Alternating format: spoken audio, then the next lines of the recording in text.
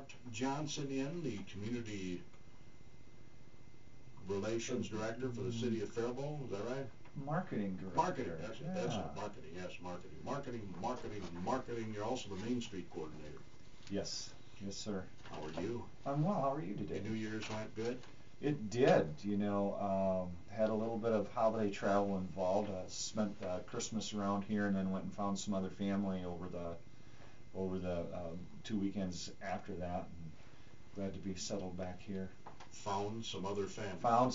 Went to find family. I have kids and grandkids in Duluth. Oh, okay.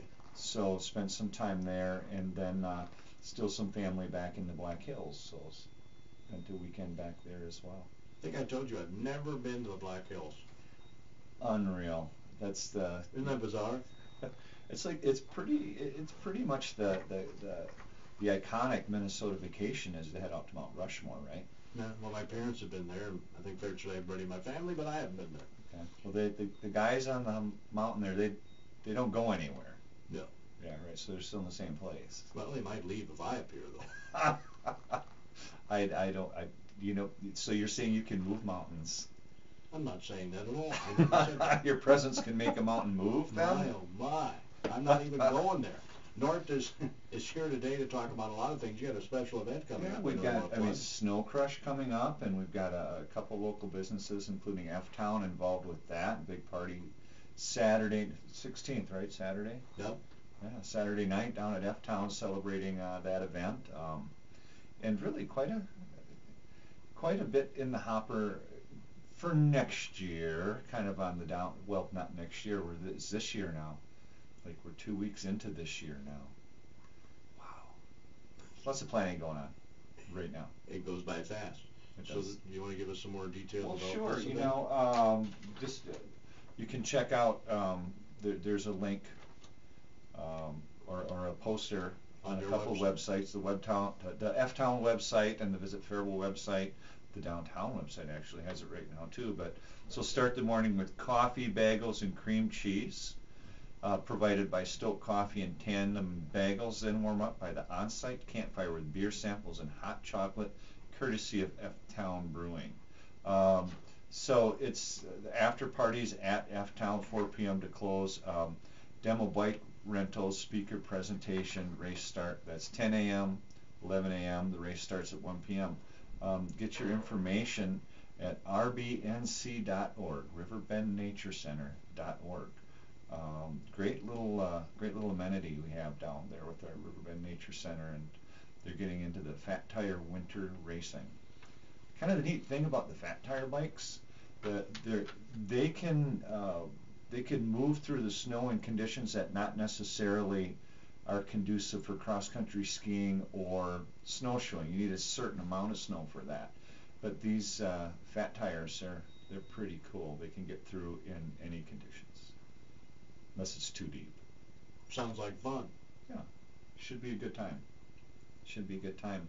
And a growing event and a growing demographic of those fat tire racers. So, should be fun. Should be fun. And F-Town jumping in on the action. Anything else happening downtown these days? Well, there's always the Paradise Center for the Arts has a pretty good slate of events coming up for 2016, and tickets on sale.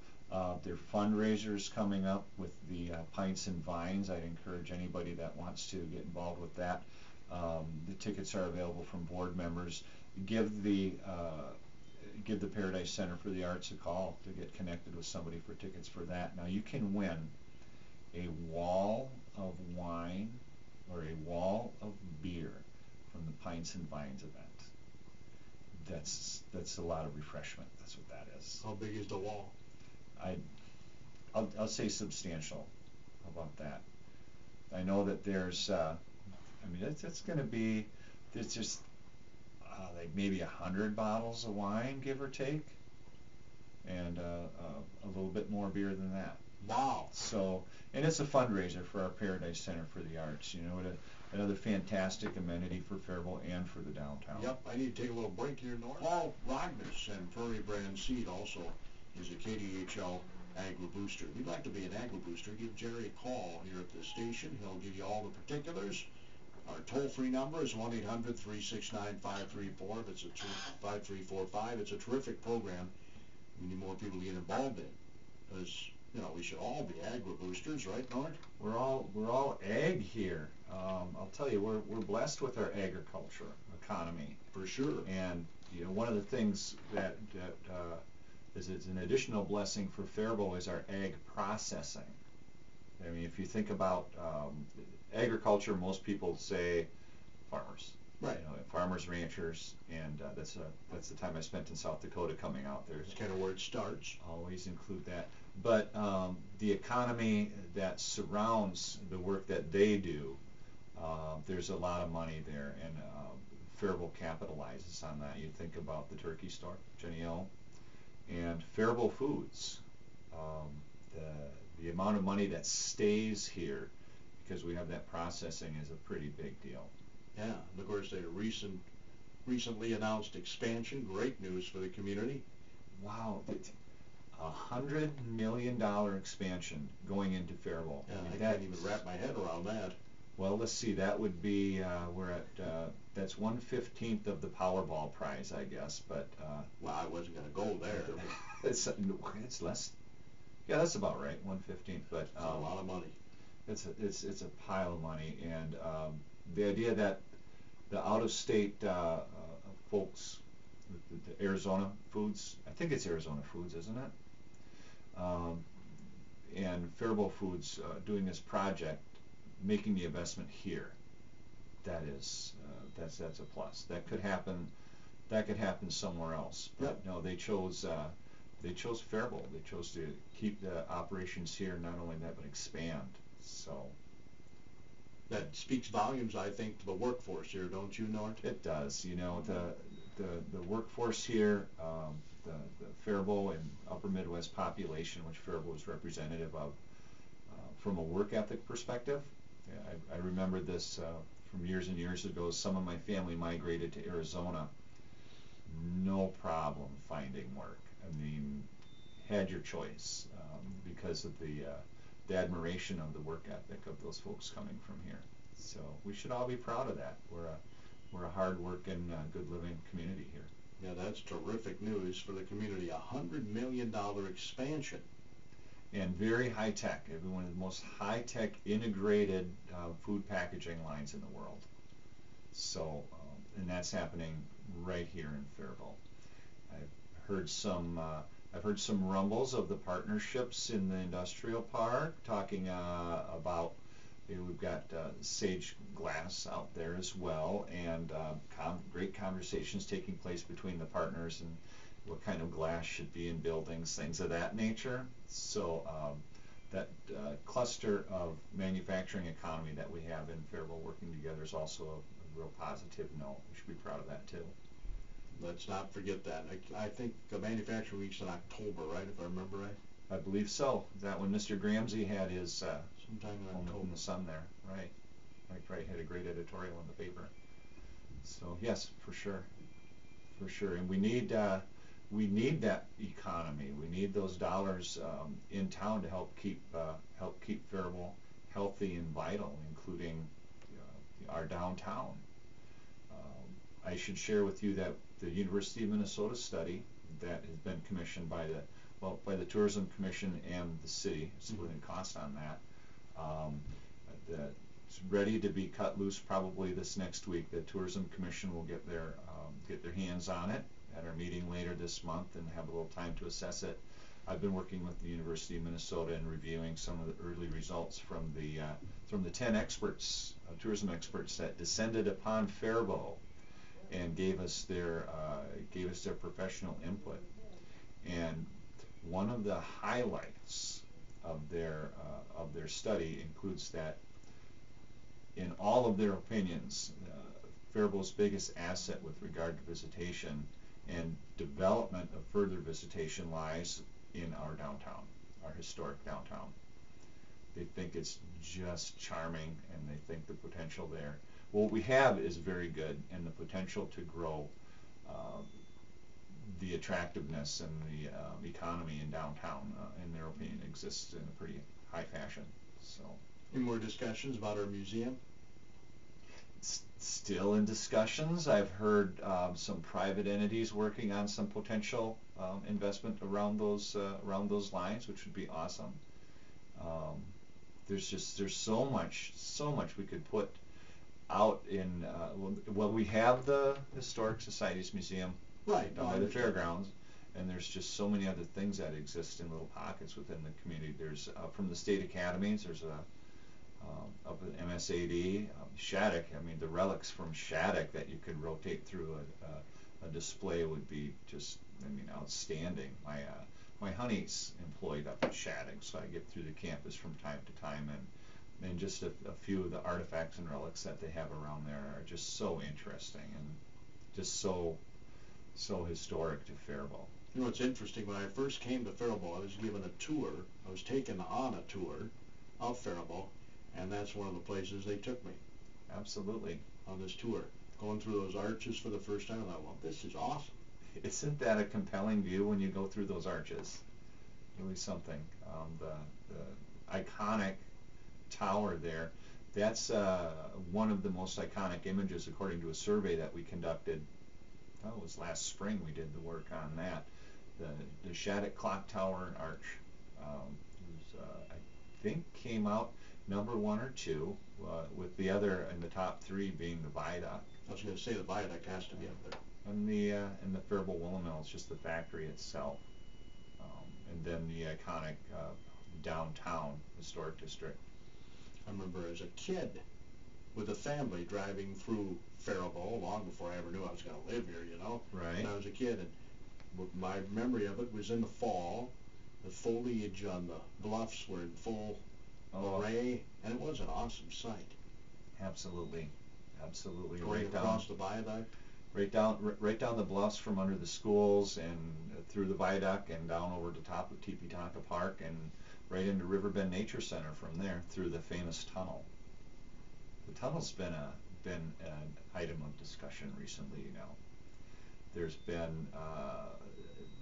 been some folks, myself included, who are kind of fans of finding a way to light that tunnel for safety reasons, and as Riverbend becomes more and more accessed, sometimes in the later hours people are going in or out, or early hours of the day, and that tunnel gets pretty dark, so if you've got a headlamp on or lights on your conveyance mode, it can be a little scary. So for safety purposes, there's just been some talk about lighting up that tunnel.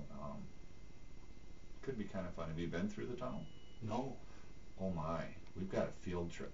Can we do a remote maybe in next month or the month after? Take you down to the tunnel. We'd have to run a cord in. I don't think you'd get reception wirelessly through the tunnel. Well, there you go, see?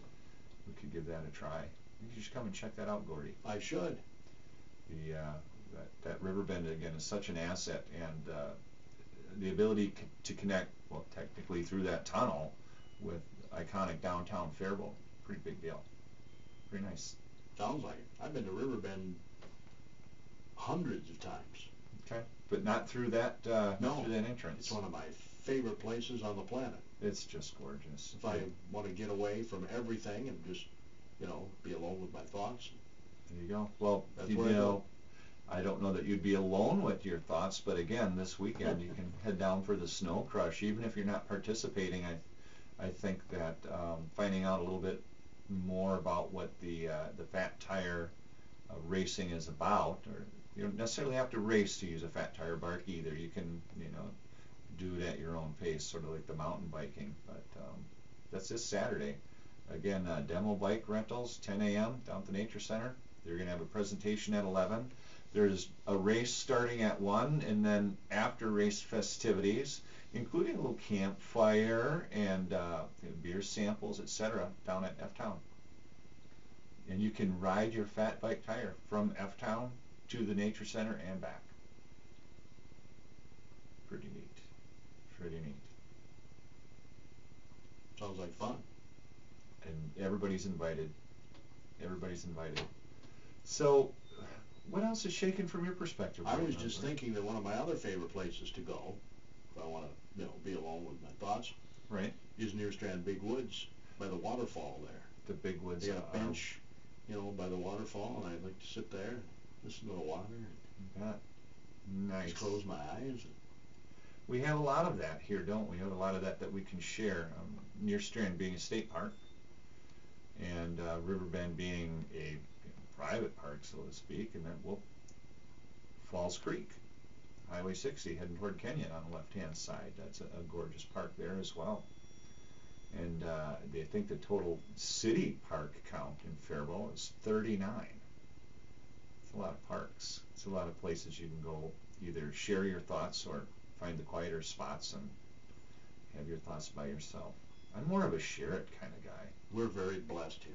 Absolutely. We really are. Alexander Park, remember there was a lot of consternation at the time. The council members and the mayor didn't get a lot of positivity when they had the foresight to That's usually the case. You've got your forward thinkers who stick their neck out, put the planning time in, and make investments on the public's behalf.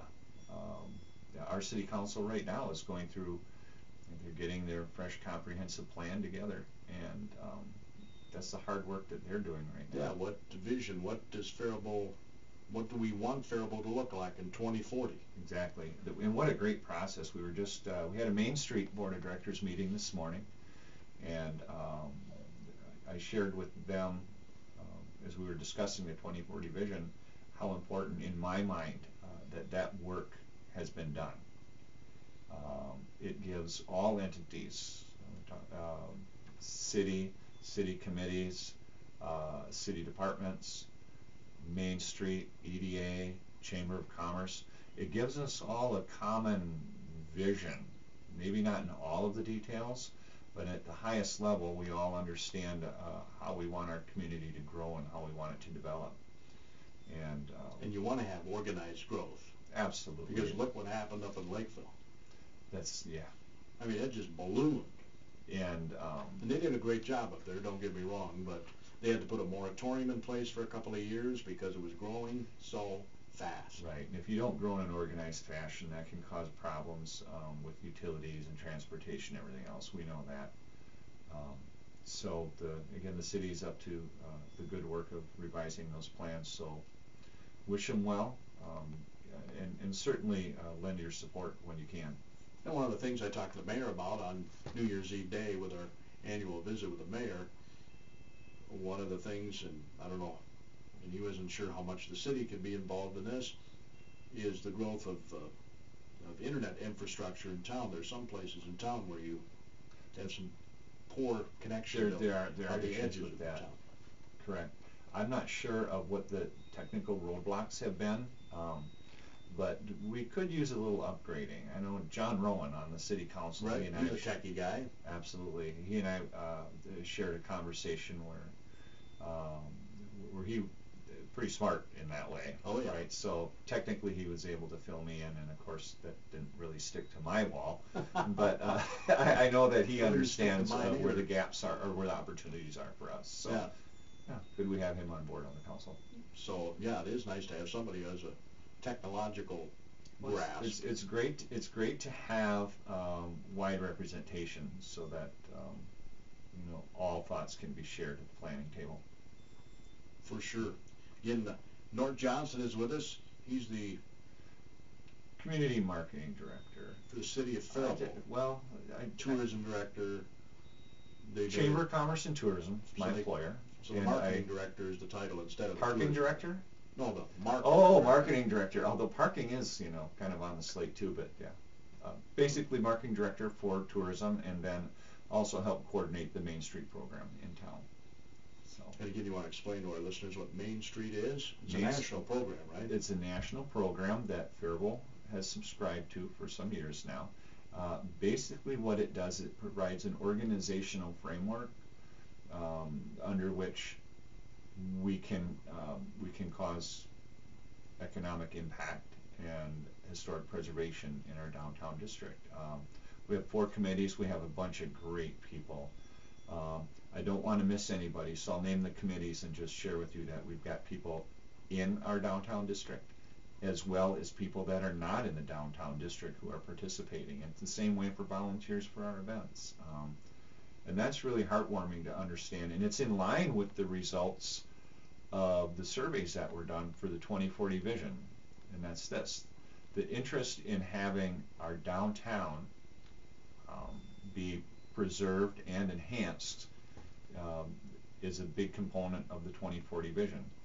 And I can back that up just with, again, the idea that we have folks, when we make a call out for volunteers to help with projects downtown, coming to the table that have no business interest in downtown Faribault. They work outside of that, but they know how important that district is to us, and so they come and help. It's pretty neat. That is neat. Speaking of surveys, a just-released survey found that most of the state's manufacturers expect steady growth in production and hiring in 2016. That's good news. Very good news. While many of them are optimistic about their own companies, however, they were slightly less positive about the overall state economy. You know, that's interesting, and I'll share that I personally have optimism right now for most of the sectors of the economy based on fuel prices. As you know, fuel is used in every aspect of business. Agriculture, transportation, which affects everything. Just heating of the upper Midwest here, especially with the last week and a half or so, right? We went through a little bit of fuel to just stay warm. And back a decade ago plus, when fuel prices spiked so bad, as you know, that was around the same time the economy started going the other direction. When you start taking that much off the bottom line for one part of your business model, it can be tough.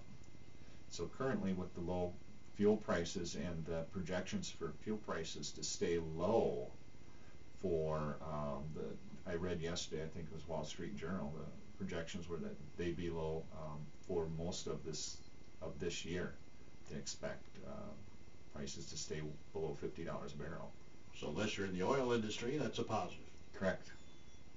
So because even, I think, local restaurants have their supplies provided through a truck that comes and delivers them, right? Right on, and they're the tail end of that supply chain. Right? So you've got, when you think about, let's just think about a corn tortilla that has been planted, right? Fuel involved there, fuel involved to harvest, then fuel involved to get it to an elevator, then typically it goes on a train, more fuel, and then from there to a manufacturing point, to a distribution warehouse, and there may even be one more step, but then to the end user, which would be a restaurant.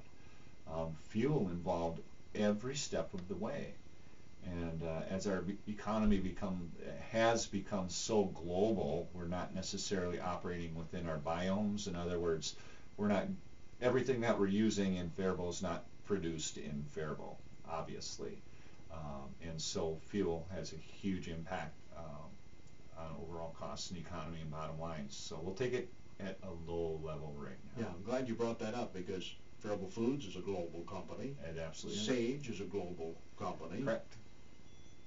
So we've got some right here in Faribault. ABC Bus, all the work that they do, buses all over the country.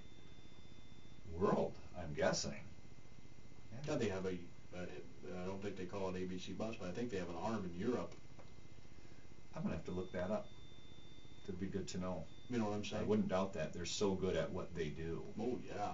So, absolutely. Wouldn't doubt that. So we're so blessed here in Faribault to have all that, and good, as we mentioned before, good workforce. The survey I was talking about here, it was a random survey of over 200 Minnesota manufacturing businesses. This was paid for, is commissioned by a couple of organizations, conducted by DEED and the Federal Reserve Bank of Minneapolis. Manufacturing accounts for more than 314,000 jobs in our state, pays some of the highest salaries in the state too. Nort, you're probably very familiar with this, but I was You're a little taken aback by that? Well, I was. This is interesting. The average manufacturing job in our state pays $61,000 a year. That's pretty good wage. Management is part of that, but as manufacturing has advanced technically, so many of those jobs are not what you